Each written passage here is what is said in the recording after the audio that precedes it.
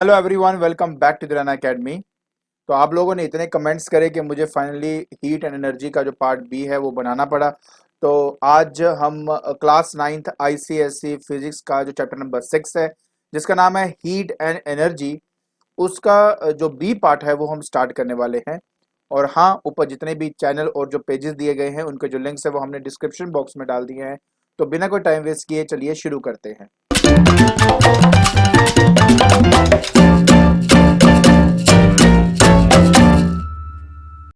ये है definition ecosystem की।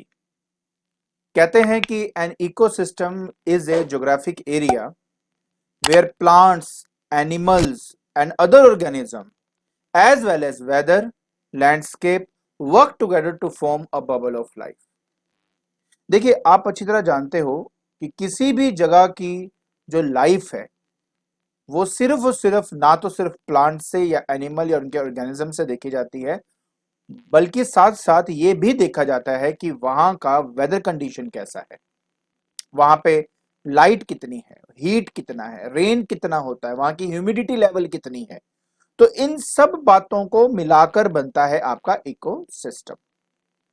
देखिए, अगर मैं आपके एक मोटे मोटे तरीके से अगर इकोसिस्टम को मुझे समझाना है, तो हम अपने इकोसिस्टम को दो कैटेगरी के अंदर स्टडी करते हैं। एक कैटेगरी होती है बेटा बायोटिक कंपोनेंट्स की, बायोटिक कंपोनेंट्स की। और जो दूसरी कैटेगरी है, ऑब्वियस है ये बायोटिक है तो वो ए बायोटिक, ए बायोटिक कंपोनेंट्स। बायोटिक बेसिकली जो जीवित है, और ए बायोटिक मतलब जो जीवित नहीं है। बेसिकली हम उसको स्टडी करते हैं यहां पर। जब हम बात करते हैं एक बायोटिक कंपोनेंट की, तो इसके आगे भी इसके अंदर तीन चीजों को स्टडी किया जाता है। सबसे पहले आता है बेटा मेरे पास प्रोड्यूसर। प्रोड्यूसर हम उन्हें कहते हैं जो खाना खुद प्रोड्यूस करते हैं, that is known as producer. दूसरा, अगर कोई खाना बनाएगा तो कोई खाने वाला भी तो होगा, तो वो हो गए हमारे कंज्यूमर्स। और तीसरा होता है डीकंपोजर्स। इनकी भी बहुत मतलब इंपॉर्टेंट पार्ट होता है बेटा पूरे लाइफ प्रोसेस के अंदर।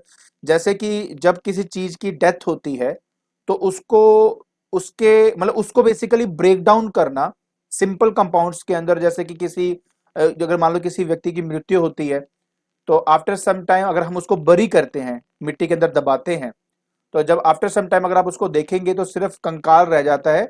बट बाकी के जो आपका जो स्किन है वो धीरे धीरे ब्रेक डाउन होकर हमारे जो मिट्टी है उसके अंदर समाना शुरू हो जाता है। तो कुछ पर्टिकुलर टाइप ऑफ ऑर्गेनिज्म होते हैं जो ये काम करते हैं। देखिए बेटा, तीन बेसिक चीजें हमारे पास यहाँ पे स्टडी करनी है। पहला आ गया प्रोड्यूसर, जो खाना बनाते हैं। कंज्यूमर, जो उस खाने वाले के ऊपर डिपेंडेंट होते हैं। और तीसरा होता है बेटा डिकम्पोजर। जब कोई चीज या कोई भी वुड की भी बात कर लो, ह्यूमन की बात करो, किसी की भी बात कर लो, जब उसकी डेथ होनी शुरू हो जाती है, जब वो डिके होना शुरू हो जाता है, तो उसका ब्रेक डाउन होना, उसके जितने भी हमारे पास मतलब कंपाउंड्स हैं उनका ब्रेक डाउन होना और सिंपल कंपाउंड में कन्वर्ट होना, ताकि प्रॉपर और अच्छे तरीके से वो डिके हो सके। तो ऐसे स्पेशल टाइप ऑफ ऑर्गेनिजम्स को बेसिकली हम डिकम्पोजर्स का नाम देते हैं। तो ये तीन चीजें आपको समझ आनी बहुत इंपॉर्टेंट है, ये बहुत इंपॉर्टेंट पार्ट है बेटा हमारे इकोसिस्टम का। उसके अलावा एबायोटिक जो कंपोनेंट्स है ये भी बहुत इंपॉर्टेंट, इसमें बहुत कुछ आया था बेटा। देखो वहां के लाइटिंग कंडीशंस का क्या मतलब है, बाकी मतलब सूरज जो है वो कितने घंटे तक या कितनी धूप होती है उस जगह पे, है ना, कितनी रोशनी है वहां पर। ज्यादा आपको आप भी जानते हो बेटा, कुछ देश ऐसे होते हैं जहां पर मतलब ये कह सकते हो कि समर का जो टाइम है बहुत ही कम होता है, विंटर ही रहती है थ्रू आउट आपकी। ठीक है, तो वहां के लाइट कंडीशंस क्या है, वहां पे हीट कंडीशंस क्या है। अब रेगिस्तान में गर्मी ऑफ कोर्स ज्यादा होती है। अगर हम यहाँ अपने इस शहर चंडीगढ़ की बात अगर करें, तो इतनी ज्यादा गर्मी नहीं होती जैसे कि रेगिस्तान मतलब वहां पे जो राजस्थान के अंदर है। सो वहां के वेदर कंडीशन, वहां की हीट कंडीशन, रेन की अगर बात करें, अब केरला की साइड चले जाओ तो वहां पे रेन सिस्टम बहुत है, वहां पे ह्यूमिडिटी बहुत है। ठीक है, ह्यूमिडिटी। तो वहां का जितना भी जो प्रोसेस है बेटा, वहां पे जो लाइफ साइकिल है वो इन दो चीजों पे डिपेंड करती है, बायोटिक कंपोनेंट्स पे और एबायोटिक कंपोनेंट्स पे। आई होप आपको ये बात तो समझ में आ गया होगा। इन टोटल इन सबको क्या कहते हैं, इकोसिस्टम ही कहते हैं, इकोसिस्टम का ये पार्ट होता है। ऐसे और भी है, इनऑर्गेनिक या ऑर्गेनिक सब्सटेंसेस ले लोगे वो भी मेरा एबायोटिक जो कंपोनेंट्स है उसी का ही पार्ट होता है। यहां तक बात समझ में आ गई? गुड। अब हमने एक्चुअली एनर्जी फ्लो के बारे में बात करनी है ना, तो अब हम बायोटिक एक्टिविटीज की तरफ चलते हैं और वहीं से आपको सब बातें क्लियर होनी शुरू हो जाएंगी। देखिए अब बात पता क्या है, बात बहुत ज्यादा सिंपल है। जितने भी हमारे पास बायोटिक कंपोनेंट्स है, चाहे वो प्रोड्यूसर की बात करें, चाहे वो कंज्यूमर्स की बात करें, चाहे वो डिकम्पोजर्स के बारे में बात करें, इन सबको अपनी एक्टिविटी कंप्लीट करने के लिए एनर्जी की रिक्वायरमेंट होती है। सिंपल सी बात बताऊंगा, तरीके से बताऊंगा ताकि एक ही बारी में सब समझ में आ जाए। एक बात बताओ, हम लोगों को जीने के लिए रेस्पिरेशन करनी पड़ती कि नहीं करनी पड़ती? बिना रेस्पिरेशन क्या हम, या बिना सांस लिया क्या हम रह सकते हैं? नहीं रह सकते ना। अब लगातार हमारा सिस्टम एक ही फ्लो में चलता रहता है, तो उसके लिए हमें क्या करना होता है? खाना खाना होता है। खाना खाते हैं तो क्या मिलती है? एनर्जी मिलती है। उस एनर्जी का इस्तेमाल होता है, हम मतलब कौन इस्तेमाल करता है? हमारा शरीर इस्तेमाल करता है। अब एक तो रेस्पिरेशन ऑफ कोर्स सबसे मेजर चीज है, दिल धड़कने के लिए, छोटे मोटे जितने भी हमारे काम है, हमारे बॉडी के काम करता रहने के लिए हमें एनर्जी की रिक्वायरमेंट होती है। सो एक बात आपको मैं सिंपल सी बात बता दूं बेटा, जितने भी लिविंग बीइंग्स हैं जो एग्जिस्टेंस में हैं, चाहे अगर हम प्लांट्स के बारे में बात करें, चाहे हम एनिमल्स के बारे में बात करें, ये सब के सब इस बात पे डिपेंड करता है कि उसमें एनर्जी कितना फ्लो कर रहा है। और आपको पता है एनर्जी का सबसे बड़ा जो स्रोत है, मतलब the most significant source of energy for all ecosystem is the sun. आपको पता है? आप कहेंगे सर हम तो खाना खाते हैं, हम तो प्लांट पे डिपेंडेंट होते हैं। भाई प्लांट अपना खाना कैसे बनाती है? जब उस पर धूप पड़ती है तभी ना। वो ग्रो कैसे करती है? जब उस पर धूप पड़ती है तभी ना। तो एक्चुअली मैं आज आपको मैं यही समझाने वाला हूं कि हम लोग किस तरह डायरेक्टली या इनडायरेक्टली सन की एनर्जी पे डिपेंडेंट है। इस पूरे पार्ट का यही मेन क्रक्स निकलेगा कि हमने ये देखना है कि किस तरह से सन से मिली हुई एनर्जी हमारे तक पहुंचती है और किस माध्यम से, किस तरीके से वो हमारे पास पहुंचती है। हमने एक्चुअली ये बात स्टडी करनी है। तो जैसे मैंने कहा कि सबसे बड़ा जो सोर्स है बेटा वो क्या है? सन है। चलिए एक काम करते हैं, प्रोड्यूसर, पहले प्रोड्यूसर के प्रोडक्शन के बारे में बात कर लेते हैं। देखिए क्या है, आप अच्छी तरह जानते हो कि ये मान लेते हैं कि मेरा है अर्थ। क्या है? ये मेरा अर्थ है। ठीक है, इस अर्थ के आसपास मान लेते हैं ये हो गया इसका एटमॉस्फेयर। क्या है? This is atmosphere. ठीक है, चलिए अब बढ़िया सा अपना एक सन भी बना लेते हैं, और ये क्या है? ये हमारा हो गया सन। इतनी बात तो समझ में आ गई। अब क्या होता है, सबसे पहले सन जो है अपनी एनर्जी जो है वो भेजता है अर्थ की तरफ। समझ में आया? अब उस एनर्जी में से 56 से लेके 60% ऑफ जो आपकी एनर्जी है वो कौन एब्जॉर्ब कर लेगा? वो एटमॉस्फेयर एब्जॉर्ब कर लेता है। मतलब उसने एक एनर्जी भेजी, उसमें से 56 से लेके 60% तक की जो एनर्जी है वो कौन एब्जॉर्ब कर लेगा? हमारा आसपास का एटमॉस्फेयर। आपको पता तो है हमारा जो हम कहते हैं ना, हमारा जो रूम टेम्परेचर 27 डिग्री सेल्सियस है, तो 27 डिग्री सेल्सियस अगर रूम टेम्परेचर है तो वो टेम्परेचर मेंटेन करने के लिए एनर्जी कहाँ से आ रही है? सन से ही आ रही है ना। हमारे आसपास का जो एटमॉस्फेयर है वो क्या करता है? इस सन की एनर्जी को एब्जॉर्ब करता है। उसकी एब्जॉर्प्शन की वजह से हमारे आसपास का जो टेम्परेचर जो भी है वो वैसा रहता है। समझ में आया इतनी बात? पक्का? गुड। अब आपको पता है कि लगभग 70% पानी हमारे अर्थ में है, राइट?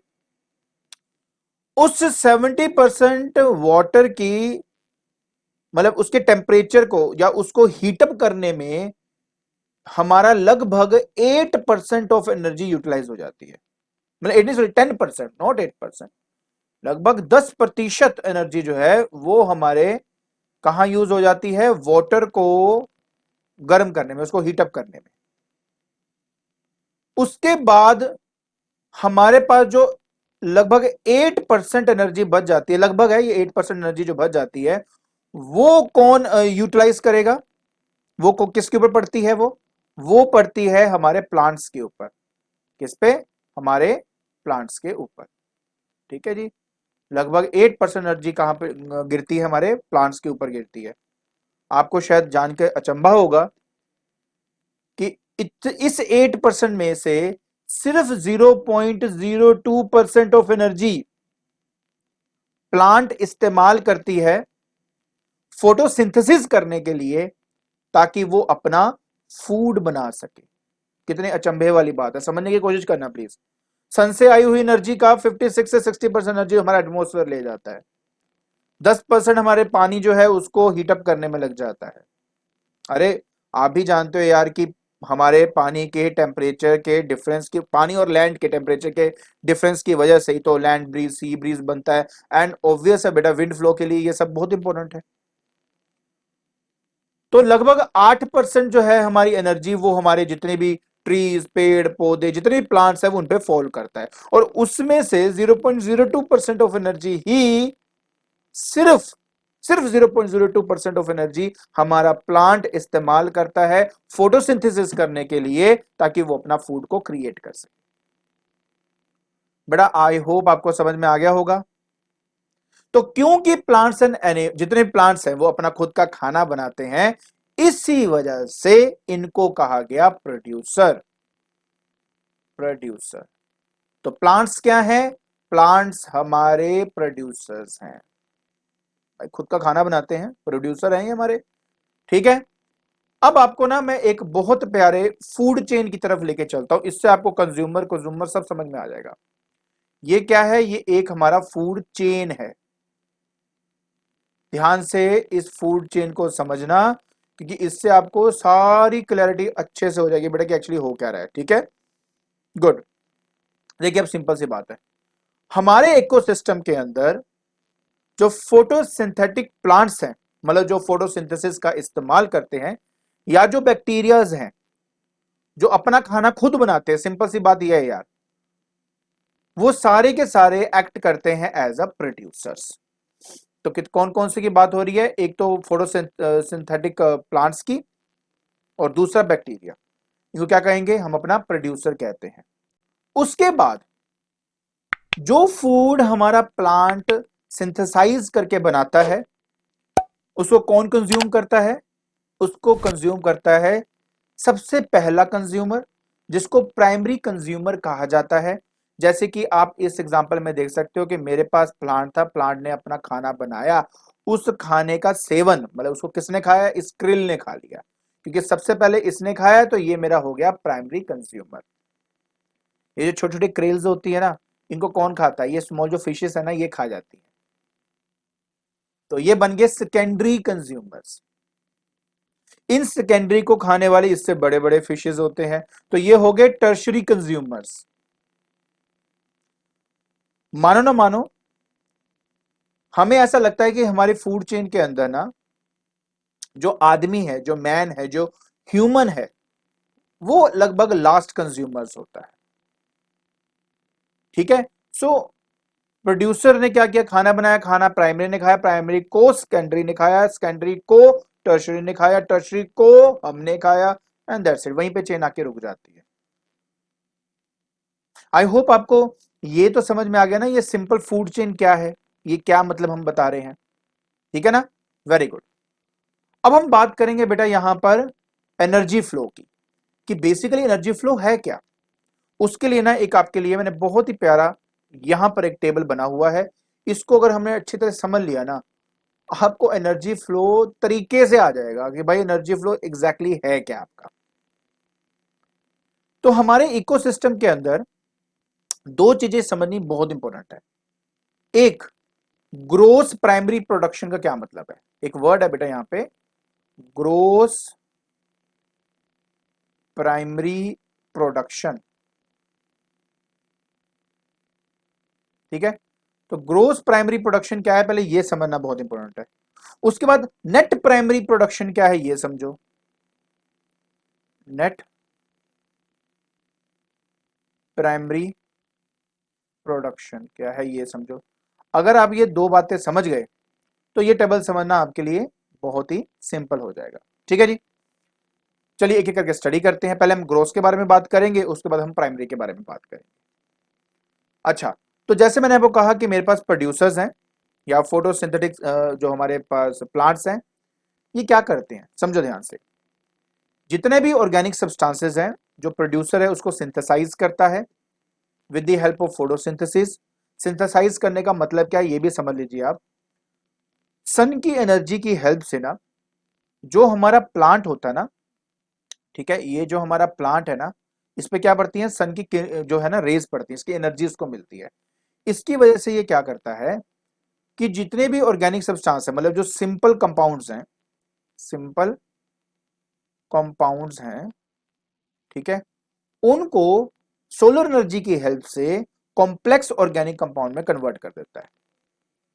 कॉम्प्लेक्स ऑर्गेनिक कंपाउंड में कन्वर्ट कर देता है। समझ में आया? ओके, सो कहने का मतलब क्या है कि जब वो उस चीज को स्टोर करता है तो इसके अंदर केमिकल एनर्जी स्टोर होती है। तो किसी प्लांट के अंदर जो टोटल केमिकल एनर्जी स्टोर होती है उसी को ही हम ग्रोस प्राइमरी प्रोडक्शन का नाम देते हैं। तो पहले तो बात को समझो, which is very important. Plant ने क्या किया, सन की एनर्जी या सोलर एनर्जी का इस्तेमाल किया, जितने भी सिंपल कंपाउंड्स थे उनको मिलाकर अपने लिए, जैसे ये नहीं होता कि हम लोग क्या करते हैं, आप भी जानते हो, अगर मुझे खिचड़ी भी खानी है तो मेरे पास अलग अलग कंपोनेंट्स होते हैं, राइट। अगर मान लो मेरे पास दाल है, चावल है, पानी है, इन सबको कुकर में डाल दूं अगर मैं, तो क्या खिचड़ी बन जाएगी? आपको नीचे से गैस लगानी पड़ेगी, आग देनी पड़ेगी। बस समझ लीजिए ऐसा ही कुछ हो रहा है। किसी भी प्लांट को अगर अपना फूड बनाना है तो फोटोसिंथेसिस करनी पड़ती है, उसके लिए चाहिए होता है सन की energy, solar energy. Solar energy fall करती है वो अपने सिंपल कंपाउंड्स को with the help of the solar energy, of course, बड़ा कॉम्प्लेक्स ऑर्गेनिक कंपाउंड सब्सटेंसेस बनाता है जिसका वो यूटिलाइजेशन कर सकता है। एंड इसी केमिकल एनर्जी, ये क्या है, ये एक तरह से केमिकल एनर्जी है जो स्टोर हो रही है प्लांट के अंदर, और इसी को ग्रोस प्राइमरी प्रोडक्शन का नाम दिया जाता है। अब सवाल ये आता है कि भाई ये जो प्रोड्यूसर है वो इसका इस्तेमाल किस वे में करता है और कितनी एनर्जी इस्तेमाल करता है, कितनी नहीं करता, अब उसके बारे में हम बात करेंगे। देखिए, अब कोई भी प्रोड्यूसर है जो खाना बना रहा है, अगर मान लो खिचड़ी भी आप बहुत ज्यादा बनाते हो तो सारी की सारी तो आप कंज्यूम नहीं कर सकते, राइट। कुछ तो आपका एनर्जी की फॉर्म में वेस्ट हो जाती है। जैसे कि अगर मैंने गैस को जलाया, अब सारी की सारी गैस जो आपने जलाई है वो सारी की सारी यूज होगी खिचड़ी बनाने में, नहीं ना, कुछ आपकी एटमोस्फेयर में वेस्ट हो जाती है। बस ऐसा कुछ रिलेटेड मैं आपको यहाँ पे बताने वाला हूँ। प्रोड्यूसर क्या करता है, प्रोड्यूसर में जब मैं बोलता हूँ वो प्लांट के बारे में बात कर रहा हूं मैं, तो प्लांट क्या करता है, जो सिंथेसाइज्ड ऑर्गेनिक फूड है ना या उसका सब्सटेंस है ना, वो उसका इस्तेमाल करता है अपनी रेस्पिरेशन के लिए, जिसके अंदर वो अपने इसी ऑर्गेनिक सब्सटेंस की ऑक्सीडेशन कर देता है। आप अच्छी तरह जानते हो ना बेटा कि वो कार्बन डाइऑक्साइड का इस्तेमाल करता है, ऑक्सीजन बाहर की तरफ निकालता है। प्लांट की अगर बात करें, हम उल्टा करते हैं, हम ऑक्सीजन को इनहेल करते हैं, कार्बन डाइऑक्साइड को बाहर निकालते हैं, राइट। सो प्रोड्यूसर क्या करेगा, प्रोड्यूसर का काम होता है कि जो सिंथेसाइज ऑर्गेनिक सब्सटेंस है, रेस्पिरेशन की हेल्प से, और ऑब्वियस जो एनर्जी उसके अंदर स्टोर है वो उसका इस्तेमाल करता है अपने ऑर्गेनिक सब्सटेंस की ऑक्सीडेशन के लिए। अब जितना वो रेस्पिरेशन के दौरान यूटिलाइज कर रहा है एनर्जी वो कर रहा है, और बाकी की जो बची हुई एनर्जी होती है उस एनर्जी को नेट प्राइमरी प्रोडक्शन का नाम दिया जाता है। ये बात है बस आपकी टोटल मोटी मोटी बात। अगर मैं इसको क्रक्स को अब मिला दूं, सन से लाइट आई, खाना बनाया, स्टोर कर लिया, टोटल एनर्जी को हम कहेंगे ग्रोस प्राइमरी प्रोडक्शन। उसमें से जितना इस्तेमाल करना कर लिया, जो बच गया उसको नेट प्राइमरी प्रोडक्शन का नाम दे दिया हमने। अब ये नहीं है कि रेस्पिरेशन के दौरान ऑक्सीडेशन जो कर रहा है उसमें तो इस्तेमाल कर ही रहा है, लेकिन इसका भी इस्तेमाल होता है। कैसे यार, प्लांट क्या कभी अपने आप को ग्रो नहीं करता, अपने आप को डेवलप नहीं करता? जितने भी मेटाबॉलिक प्रोसेसेस यहां पे टेक प्लेस करते हैं वो इसी नेट प्राइमरी प्रोडक्शन की हेल्प से ही की जाती है।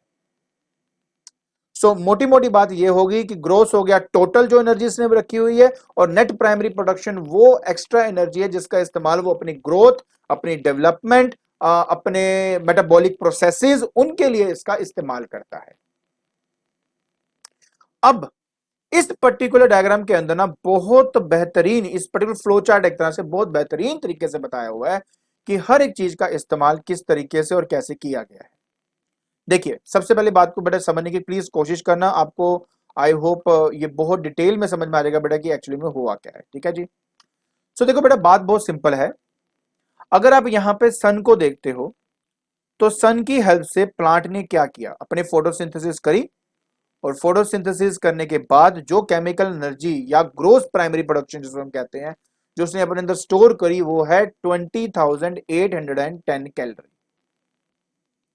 अब इसके दो हिस्से हो गए, थोड़ा ध्यान से देखना बेटा, एक हिस्सा ऊपर जा रहा है, एक राइट साइड गया है ना। याद रखें, राइट साइड की जो एनर्जी है वो सिर्फ और सिर्फ अपनी रेस्पिरेशन या मेटाबॉलिक जो प्रोसेसेस हैं उनको चलाने के लिए जो एनर्जी चाहिए, ये वो है आपकी। ठीक है जी। तो मोटी मोटी बात क्या है, अब मैं वो आपके साथ शेयर करूंगा, समझने की बात है बेटा। तो यहां पे क्या है, जैसे मैंने आपको कहा था कि रेस्पिरेशन के अलावा जो एनर्जी बच जाती है, अब ना उसने अपनी रेस्पिरेशन कर ली, रेस्पिरेशन के अलावा जो एनर्जी बच जाती है वो होती है नेट प्राइमरी प्रोडक्शन।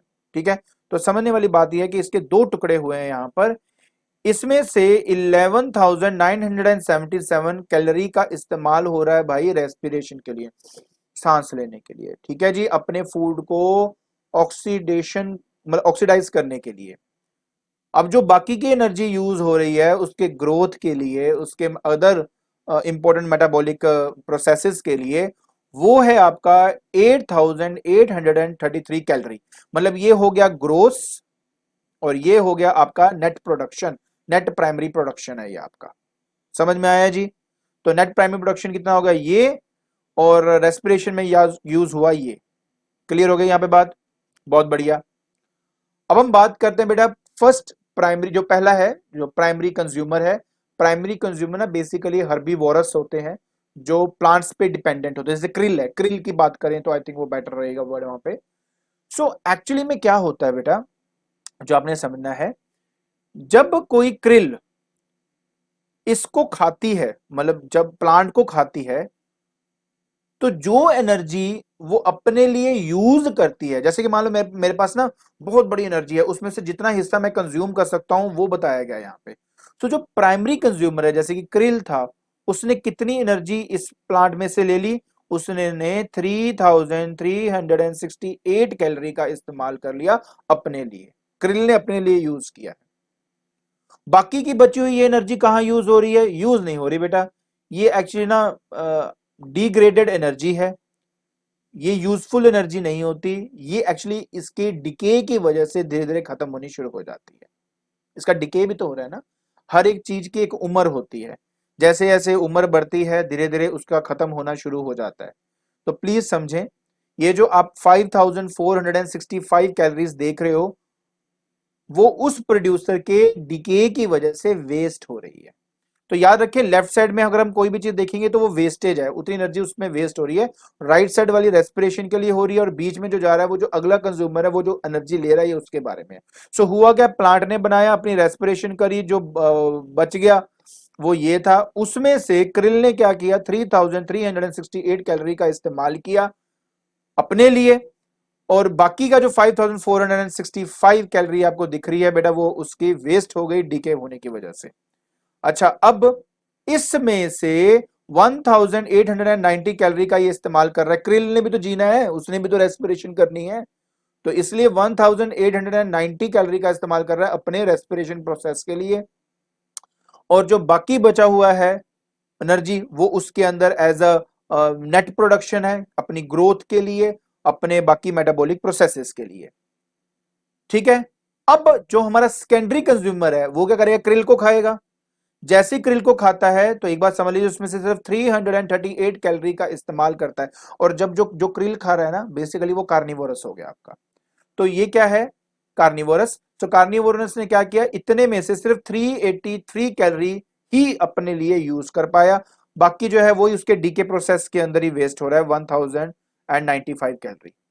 फिर इसमें से 316 कैलोरी जो है, जो स्मॉल फिश जैसे मैंने आपको बताया, वो अपने रेस्पिरेशन के लिए 360 कैलोरी का इस्तेमाल कर रहा है। बाकी बची हुई जो एनर्जी है वो अपनी ग्रोथ, अपनी डेवलपमेंट, अपनी मेटाबॉलिक प्रोसेसेस के लिए as a net primary production के तौर पे 67% ही यूटिलाइज कर पाता है। अगर कोई उसको खा ले, अच्छा कोई उसको खा ले, तो जैसे उससे बड़ी फिश जो है वो क्या करेगी, अगर उसको खाती है तो सिर्फ 21 कैलोरी का इस्तेमाल कर पाती है, क्योंकि 46 कैलोरी उसके डीके प्रोसेस में चले जाता है, वेस्ट हो जाता है। फिर वही बात, 21 कैलोरी में से 15 कैलोरी वो अपनी रेस्पिरेशन के लिए इस्तेमाल करता है और उसमें से बचा हुआ जो 6 कैलोरी है वो एज ए स्टोर कर लेता है। एंड एट द एंड आपको पता है कि वो मछली भी तो कभी ना कभी खत्म होगी, तो उसमें से जितनी एनर्जी बची है 6 कैलोरी, वो कभी ना कभी वो भी आपकी खत्म हो जाएगी, डिके हो जाएगी, फिनिश हो जाएगी। लेकिन ना एक बहुत ही फैंटास्टिक जो हमें ऑब्जर्वेशन यहां पर दिखाई देती है वो है कि अगर आप यहां पे रेस्पिरेशन का टोटल देख लें, ये देख रहे हो आप रेस्पिरेशन का टोटल, और यहां पर अगर आप देखें जो डिके हो गया, जो वेस्ट हो गया, वो उसका टोटल है। इन दोनों को सम कर दें तो ये वही होता है जितना एक प्लांट ने एट द स्टार्टिंग सूरज की एनर्जी से प्रोड्यूस किया होता है। आपको पता ना कि एट द एंड ये जो हमारी एनर्जी है ये तो बेटा हमारी वेस्ट हो गई, डीके हो गया, खत्म हो गया आपका, और वापस बेचारा सन उसको ले नहीं सकता, ठीक है ना। तो क्योंकि ये पूरा सर्कल नहीं है, क्योंकि सन से आता है और धीरे धीरे धीरे धीरे ऊपर जाते जाते फ्लो में खत्म हो जाता है, तो इस तरह के फ्लो को लीनियर फ्लो कहा गया है, लीनियर फ्लो कहा गया है, ठीक है।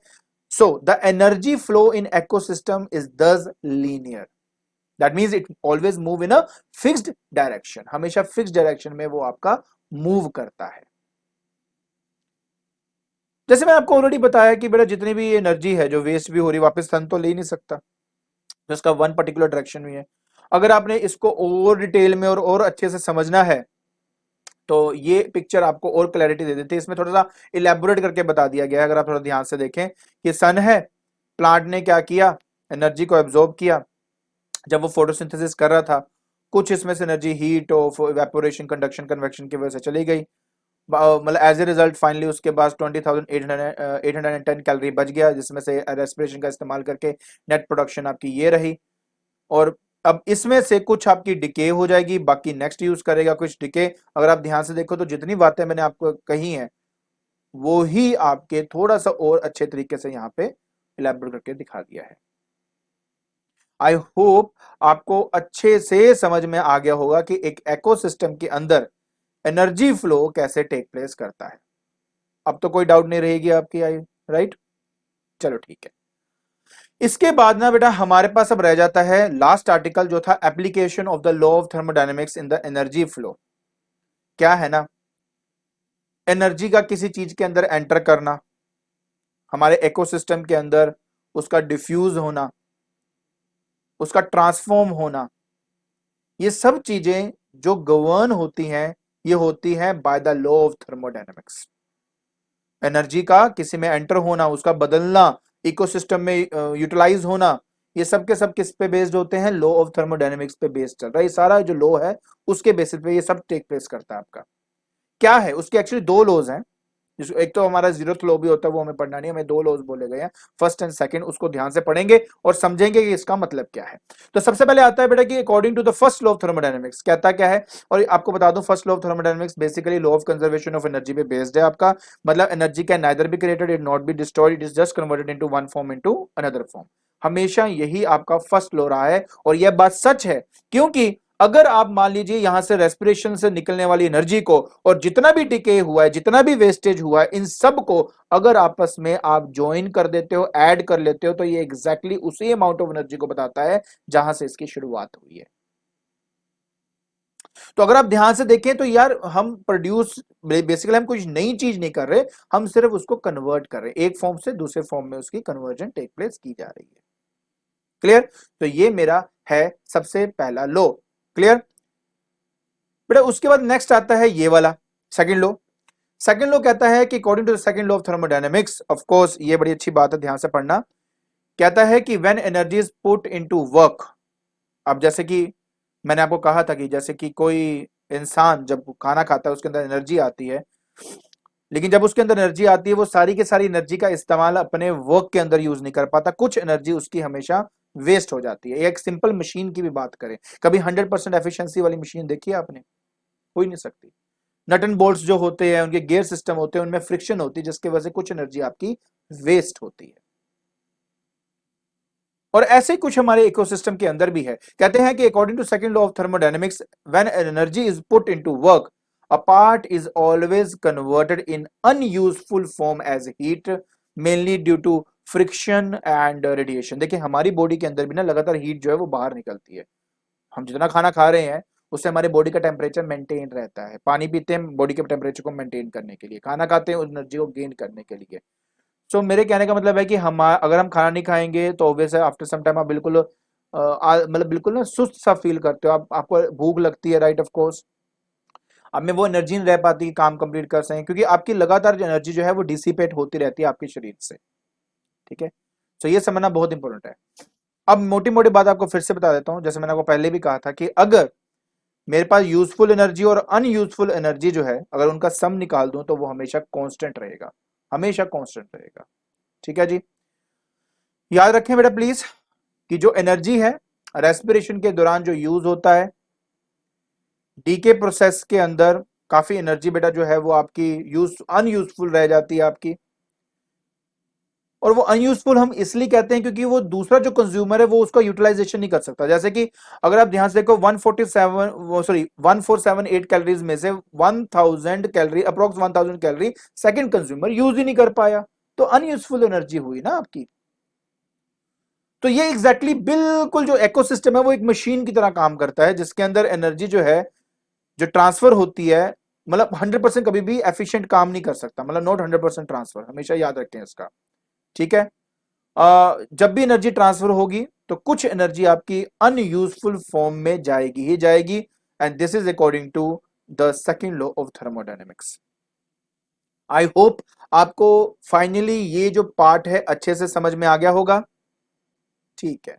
तो आज के लेक्चर के अंदर हमने जो पार्ट बी है जो बेसिकली इकोसिस्टम पे बेस्ड था, हमने उसके बारे में डिस्कशन करी। आई होप आपको अच्छे से समझ में आ गया होगा कि एक्चुअली में एनर्जी फ्लो की बात कहां से हो रही है, क्या मतलब है इसका, क्यों इसका लीनियर फ्लो है, एंड क्यों लॉ ऑफ थर्मोडायनेमिक्स के बेसिस पे पूरा इकोसिस्टम जो है वो बेस्ड है। अगर आपको ये बात बहुत अच्छी लगी और आपको अगर ये वीडियो समझ में आ रही है तो please like it, share it and subscribe it. आज के लिए बस इतना ही। Thank you so much.